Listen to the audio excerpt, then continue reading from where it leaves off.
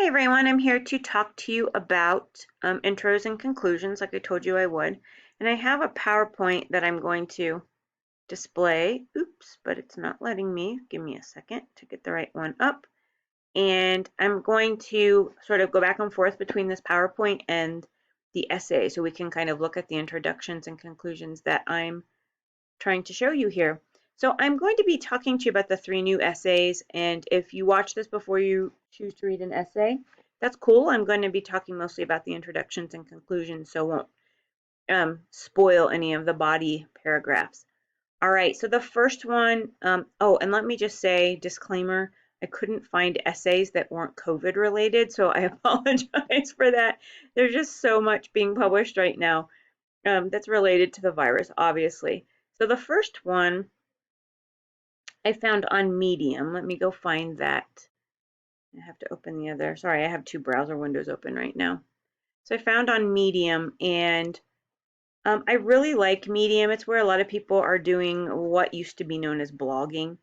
Um, so they're publishing their essays here. So it's sort of a more of a blogging, I guess, in general has always been about self-publishing, but Medium is used not only by individuals trying to self-publish, but even, you know, different online magazines are publishing their stuff through Medium as well. So this is a really interesting essay, sort of cautioning us about whatever the new normal, I'm using air quotes here, the new normal looks like after COVID passes. And so first of all, the introduction has a definition of what gaslighting is. The word is in the title. And then the introduction paragraph is outstanding. Lots of references to things all of us would be able to relate to right now. So let me bring my PowerPoint back up, and my analysis of this essay introduction is that it relates to its audience. And right now, its audience is almost everyone because we're all stuck at home. So I have this little um, qualification or confession, I guess, to remind you that I think I've said in class there is not a general audience. And there still isn't, but this audience is huge. It's everyone in America right now stuck inside, stuck in quarantine, um, stuck at home, not yet ill. Hopefully, you won't become ill, but not yet ill and worrying about all kinds of things in addition to becoming ill. So, this is a really great introduction because it relates to the reader. That's the strategy here. It relates to the reader. So, I'm going to type some stuff. One of the reasons I'm not in presentation mode is so that I can add notes here as I'm talking to you about what the primary strategy is. So I'm going to highlight in yellow. Oops, that's not what I wanted. Okay, let's put it in red then. It relates to the reader. It's so nice. Such a great introduction. So if you're having trouble writing really general introductions, this could be a strategy that you try relating to the reader. Okay, let's look at the conclusion real quick now. So there's the introduction. We won't read through it. It is in fact just a one paragraph introduction, so I'm going to scroll through. Look away if you don't like the scrolling. And one of your tasks in looking at the conclusion is finding where the conclusion starts. And we've talked in class before about both introductions and conclusions being allowed to have more than one paragraph. So I determined that this is where the body ends. This is the last body paragraph here. And here's where the conclusion begins. Really powerful first line here. I beg of you, right? Talking from one citizen, the writer is a male writer, one citizen to another. He's saying, I beg of you, right? And then the final paragraph comes back to the we. He includes himself in the we. It's in the beginning too, right? That everyone in America can relate to all of those things. And now we're back not just to him talking to us. If I'm the writer, I'm saying myself talking to them, right? So there's some separation in this paragraph between us. We can see that the we, the transition back to the we is here as well. So he's begging you to do something, but then he gets to this we. It's really nicely done with that change in pronoun. And then these are all recommendations for how can we resist the new normal that others are going to try to press on us. The point of this essay is find your own new normal now instead of letting others tell you what the normal should be. So really like the conclusion with the focus on we, and really like the use of sort of an appeal to, it is a begging readers to change, but let's put in all caps, uses, oops, so uses first person, but then shifts, let's put that up there, shifts to first person plural, just what we is, and then also gives recommendations for your change or the reader's change. Awesome. Really nice approach. And so then we can see how the intro and the conclusion connect, which was what I was saying to you in class this morning. All right, let's look at a second one. The second essay, I can talk through the analysis of this one really quickly, and I'm going to avoid, sorry, wrong window again, avoid using notes for this one since it's so simple. I'm going to start with the conclusion this time since that's where I am.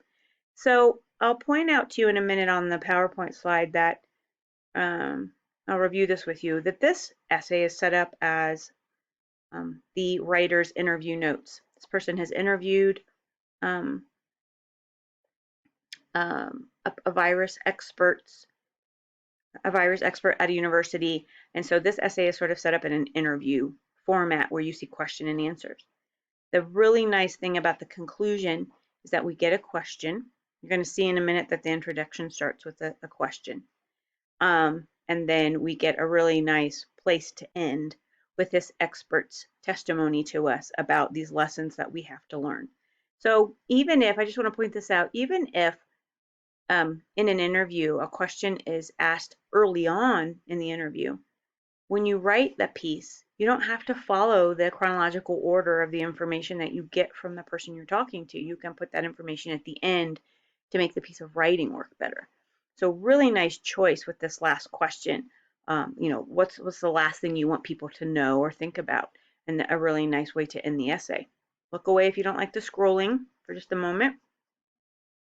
All right, so when I get to the top, you'll notice that the introduction is so simple. So many images, I apologize. It's hard to find the introduction here. Here are the introduction paragraphs. This little one right here and this little one right here. And technically this too, there's sort of an introduction to the person being interviewed. But for our, and there's the first question in the body paragraph, right? But for our purposes, this is the introduction, even though this is a part of it, but for our purposes, these two paragraphs. This sets up the topic that we've all been at home, and then the first question, how will we get our lives back? So really, really great introduction, very simple. So on my PowerPoint, I'm pointing out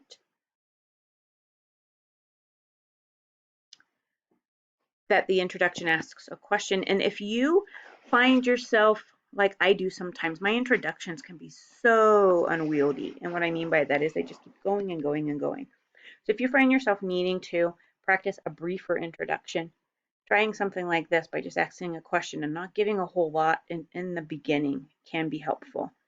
I made a little note here about questions, the purpose of questions in essays, different from rhetorical questions.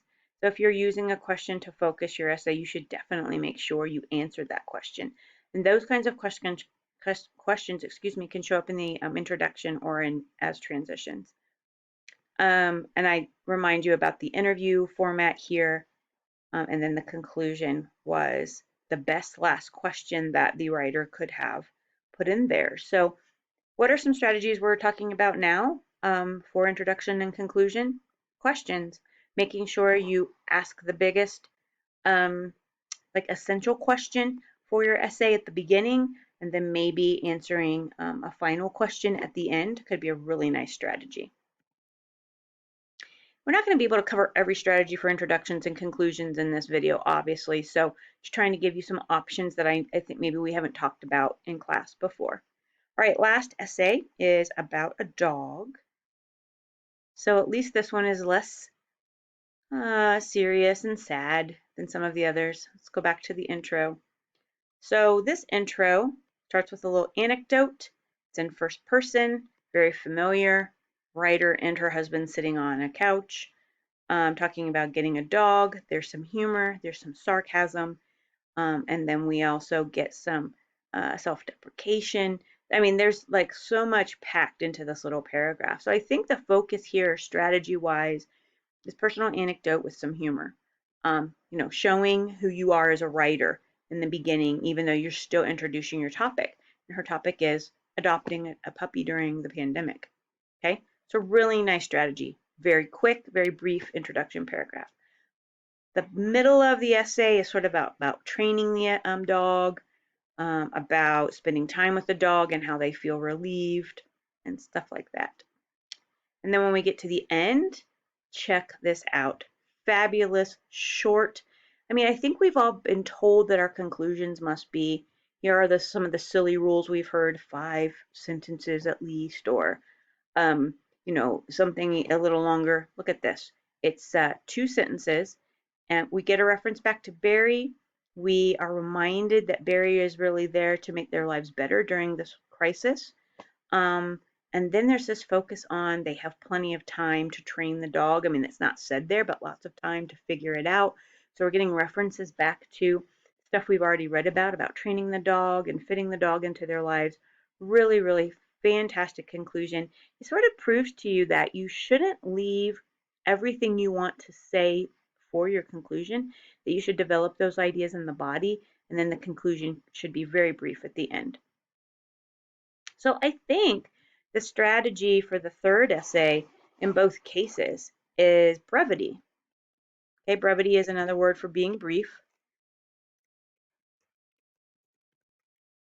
And what has to happen then, we talked in class today about the importance of making revisions to spots in your essay and then changing other parts of your essay, because you can't just like make changes in a vacuum. If I make a change to an introduction or conclusion paragraph, then I have to make a change in the body paragraphs too, right? My point right now is if your body paragraphs have all the details, then having really short and sweet introduction and conclusions are possible, because you don't need to repeat and say, in summary, blah, blah, blah has already happened. You don't need to do that. You can just be short and sweet and be yourself and have some personality, like this essay has. This writer has given her personality in the beginning with her humor, and in the end, really short sentences to remind us that they're going to be focusing during this time instead of on this thing that's uncomfortable, focusing on training their dog. Awesome. Thanks for watching the video. I hope you have some really cool ideas for introduction and conclusion revisions. And if you don't, please show up to Wednesday's office hours. I will be there this Wednesday, promise, promise. And we can talk about introduction and conclusion options for your particular essay. I hope you're doing well, and I'm really enjoying talking with you on Saturday mornings. I think that's making things easier for me, and I hope it's making things easier for you too. Take care.